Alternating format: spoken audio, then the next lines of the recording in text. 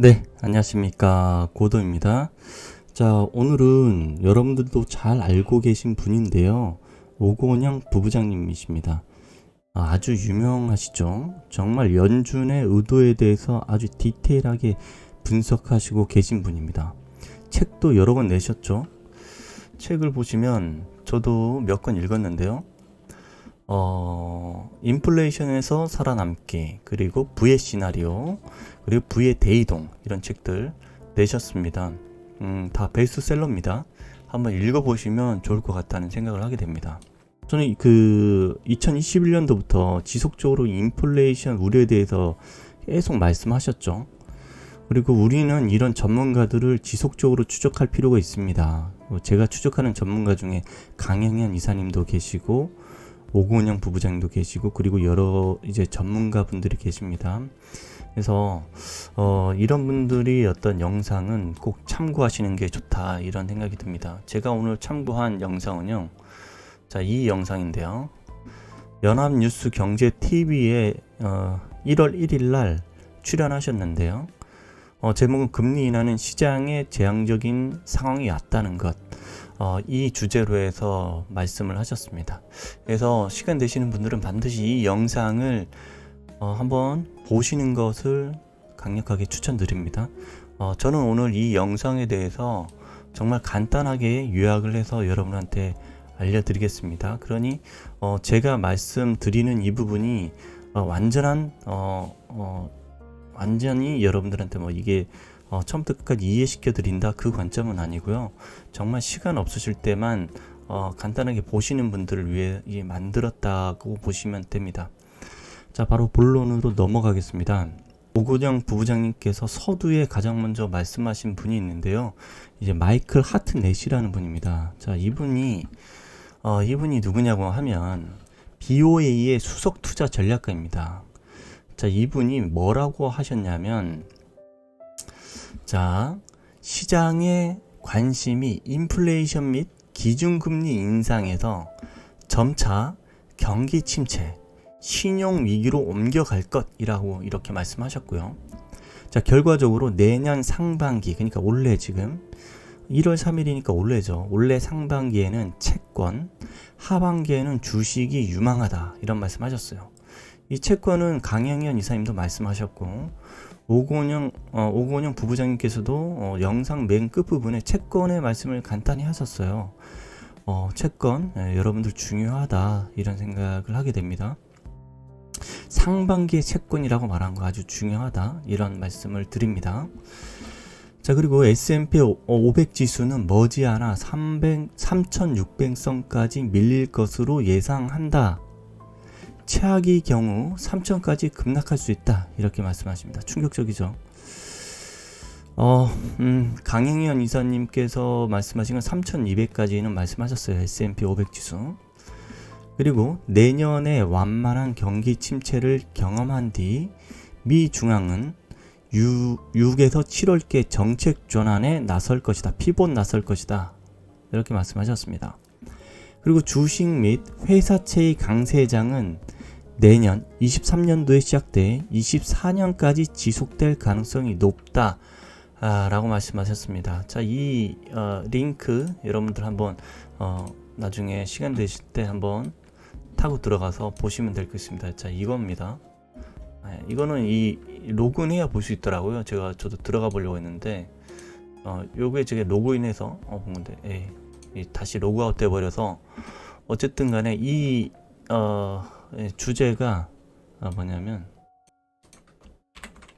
자, 이겁니다.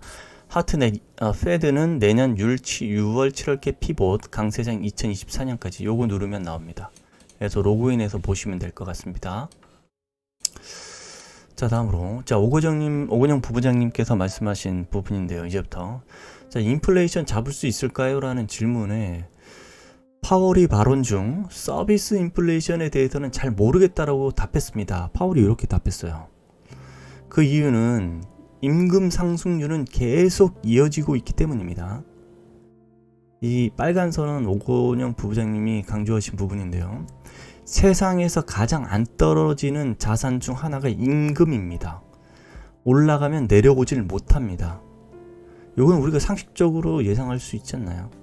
네, 우리도 마찬가지죠. 임금이 내려가면 큰일 나죠. 그런 말씀하셨습니다. 자, 서비스 인플레이션 안에 임금이 있다는 거예요. 네.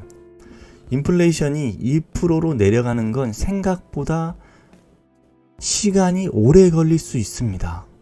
섣부른 피벗에 대한 기대를 하게 되면 다시 인플레이션이 강해지는 문제가 생깁니다. 이렇게 말씀하셨습니다. 자, 2023년도 금리 인하에 대해서 어떻게 생각하시나요? 라는 질문에 대해서요. 이것도 중요한 말씀이신데요. 금융 시스템이 불안이 생길 때 인하를 할 수 있겠죠. 연준은 금융 시스템 불안으로까지 번지지 않게 천천히 긴축을 일정 수준 높은 금리로 유지할 것입니다. 금융 시스템의 불안은 충분히 나타날 수 있습니다. 이렇게 말씀하셨어요. 그러니까 지금 금리가 높잖아요. 근데 이 연준이 지금 금리를 이렇게 갑자기 2021년 6월달부터 급하게 올렸잖아요. 아주 가파르게 올렸잖아요. 이게 역사상 거의 없는 일입니다. 이게 없는 일인데 아주 빨리 아주 높게 이렇게 올린 거예요. 이거를 이제는 너무 위험하니까 이 금융 시스템 불안으로까지 번지지 않게 이 금리에서 천천히 올리든지 아주 길게 금리를 유지할 것 같다, 이런 말씀을 하신 건데요. 그러니까 이 페드가 금융 시스템은 불안은 충분히 나타날 수 있다. 지금 수준에서 이 금융 시스템 불안은 충분히 나타날 수 있다, 이렇게 얘기하시는 겁니다. 이게 왜 그러냐면 미 국채 시장이 흔들리면 금융 시스템 불안이 나타나게 된다, 이겁니다. 그러니까 미 국채 시장이 흔들리면 안 된다는 거예요. 그래서 최근에 이것도 가장 중요한 건데요. 오건영 부부장님께서 말씀하신 부분인데요. 연준이 금융안정 보고서에 SLR에 대한 금융규제 완화에 대한 이야기를 좀 하고 있습니다. 은행들이 채권 국채 보유 비율을 얼만큼 인정할 것인가에 대한 이야기입니다. 국채 시장 불안이 나타날 수 있기 때문에 이에 대한 조치인 것 같습니다. 만약에 이 규제가 조금이라도 풀리게 되면 시중 은행들이 국채를 매입할 수 있는 여력이 좀 많이 생기기 때문에 아주 중요한 변곡점이 될 것입니다. 자, 최근 미국이 중국한테 이야기하는 것은 취약 국가들 부채 탕감 좀 해줘야 된다, 이렇게 이야기를 하고 있습니다.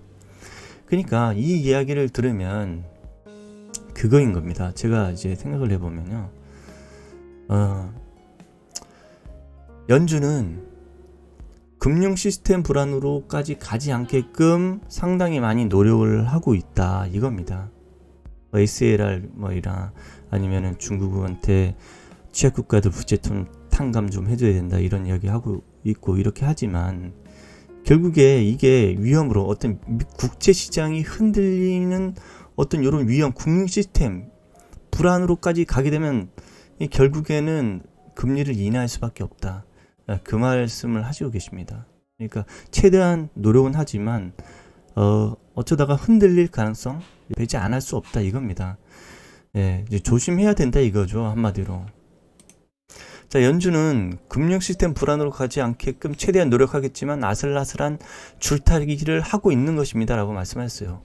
이 줄타기가 성공해야 금리 인하를 기대할 수 있을 것 같습니다. 자, 2023년도 바이더 딥에 대한 기대를 예전보다 낮춰야 할 것 같습니다, 라고 말씀하셨습니다. 이렇게 해서 자, 오늘은 여기까지 말씀드리겠고요. 영상이 좋았다면 좋아요, 구독, 알림 버튼 눌러주시면 감사하겠습니다. 감사합니다.